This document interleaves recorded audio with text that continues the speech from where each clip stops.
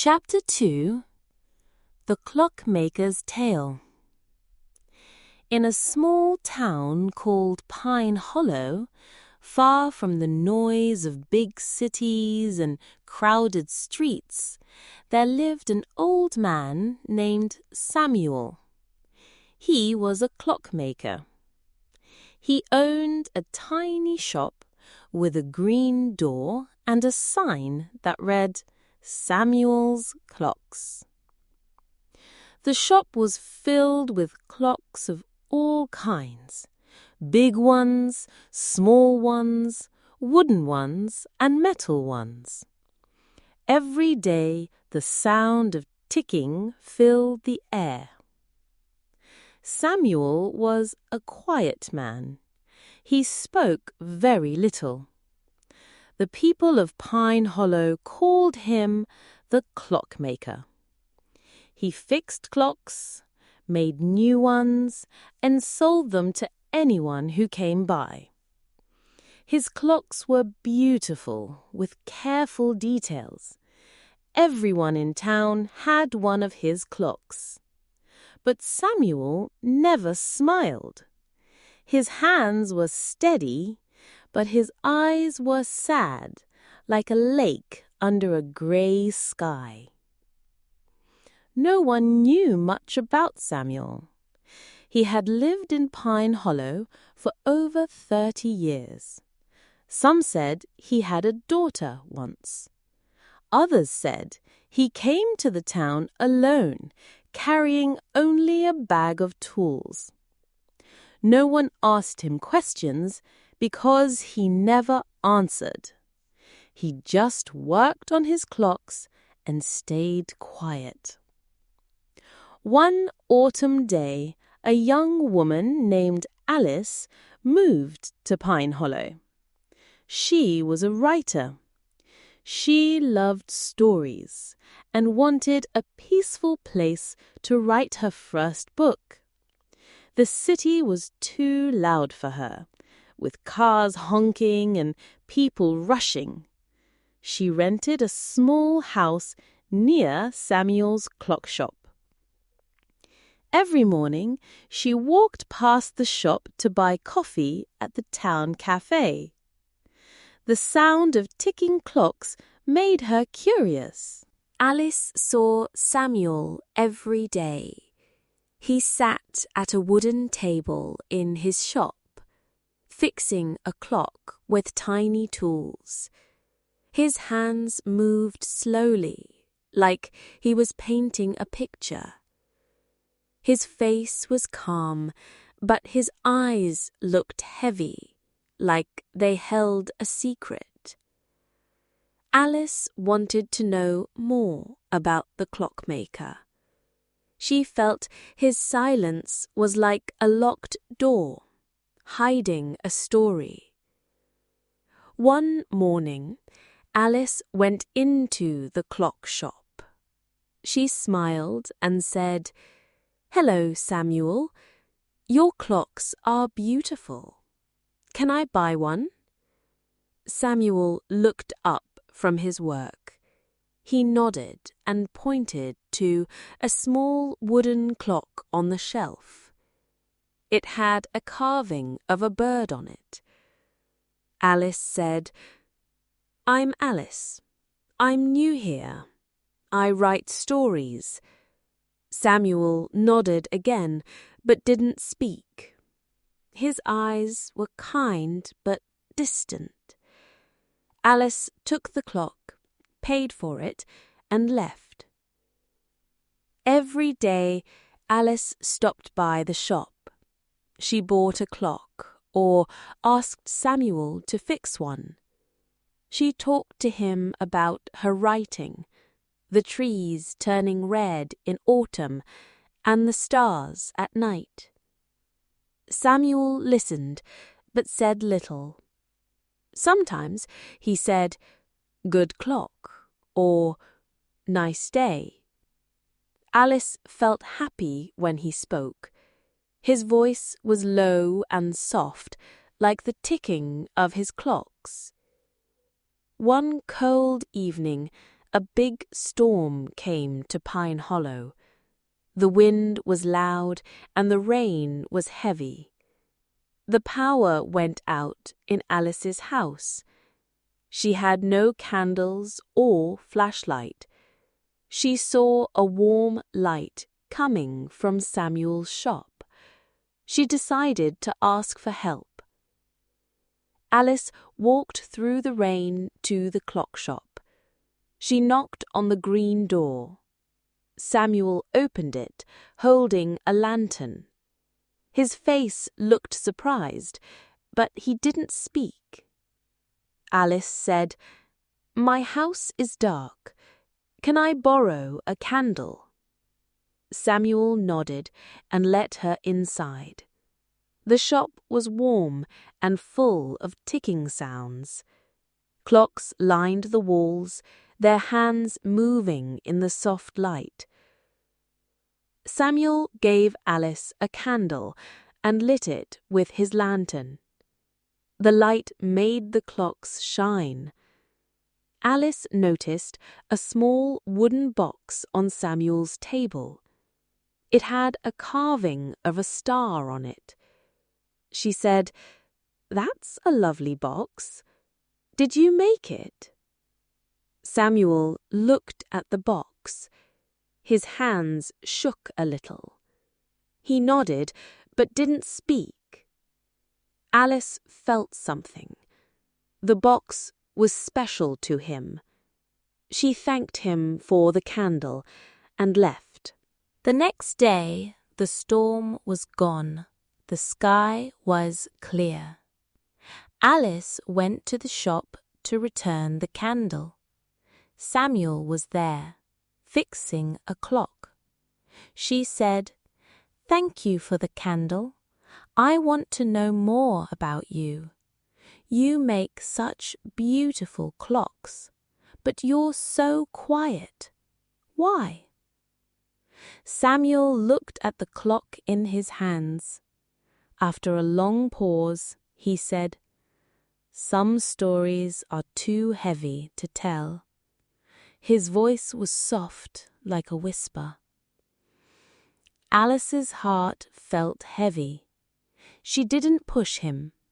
She bought another clock and left. She wanted to be his friend. She wanted him to feel safe. Weeks passed.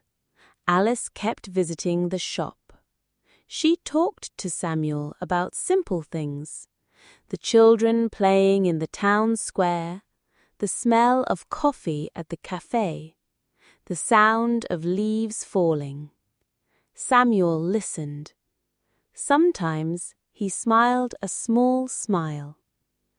Alice felt happy when he did. She knew he was starting to trust her. One evening, Alice brought Samuel a gift. It was a notebook with a leather cover. She said, "I write my stories in a notebook like this. I thought you might like one." Samuel took the notebook. His eyes were soft. He said, "Thank you, Alice." Then he said, "Come inside. I want to show you something." They sat in the back room of the shop. Samuel picked up the wooden box from the table. He opened it slowly. Inside were old letters, a small necklace, and a photo. The photo showed a young girl with a bright smile. She was holding a tiny clock. Samuel touched the photo gently. "This was Lily," he said. "My daughter." Alice listened quietly. Samuel's voice was low. He said, "Lily loved clocks. She helped me in the shop when she was little. We made clocks together. We were happy. We laughed. We dreamed of traveling the world. But one day she left. She was only 18. She wanted to see new places. I told her to go, to follow her dreams, but she never came back." His voice broke. He closed his eyes. Alice felt sad. She touched his hand. It was cold from working with metal tools. She said, "I'm so sorry, Samuel. You loved her a lot." Samuel nodded. "After she left, I waited for her letters. She wrote to me at first. She told me about her adventures, but then the letters stopped. I don't know where she is. I don't know if she's safe." He paused. "I make clocks because they keep time. They remind me of her. Time is all I have left." Alice looked at the letters in the box. They were old and faded. "Can I read one?" she asked. Samuel nodded. He gave her a letter. It said, "Dear Dad, I'm in a big city now. The lights are bright, but I miss your clocks.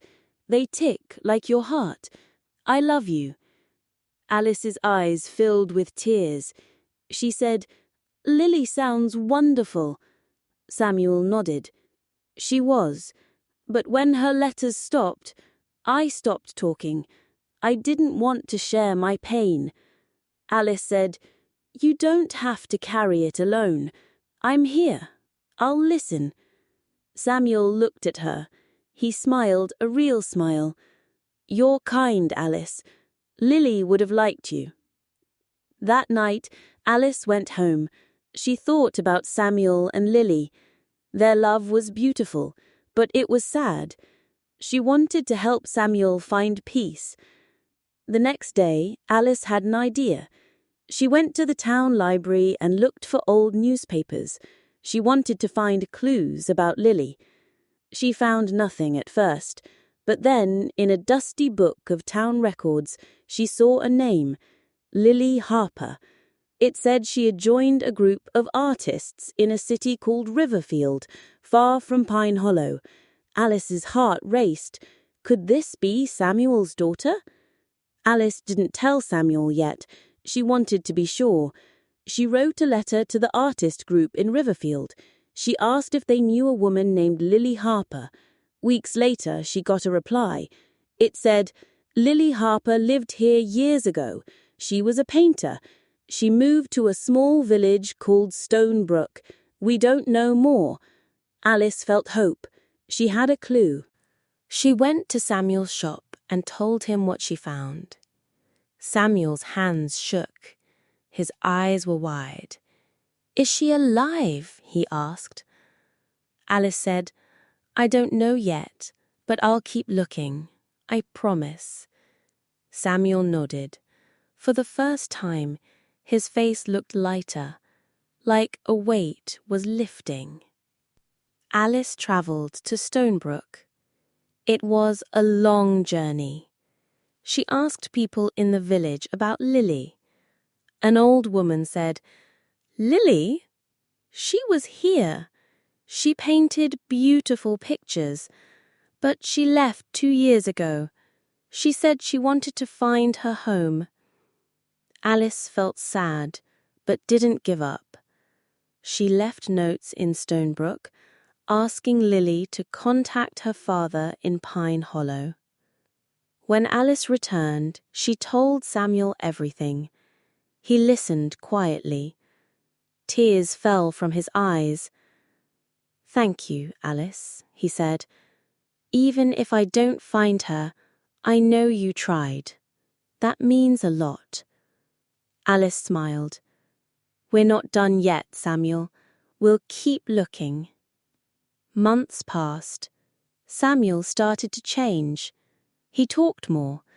He told Alice stories about Lily, how she loved to draw clocks, how she sang while they worked, how she dreamed of painting the world. Alice listened and wrote the stories in her notebook. She was writing a book about Samuel and Lily. She called it The Clockmaker's Tale.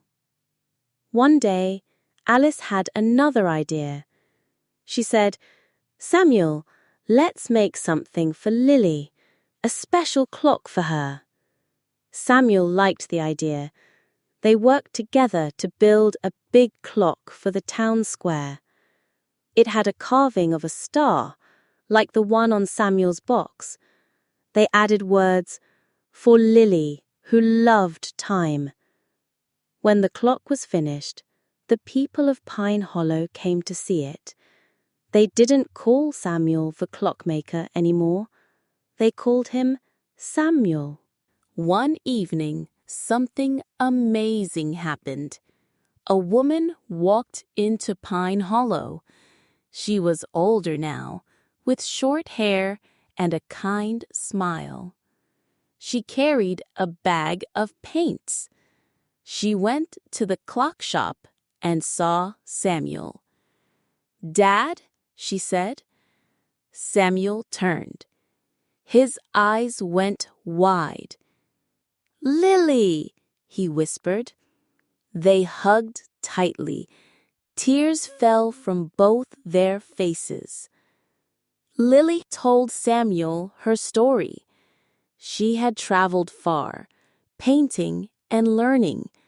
She got Alice's note in Stonebrook. She knew it was time to come home. She said, "I missed you, Dad. I missed your clocks." Samuel smiled, bigger than ever.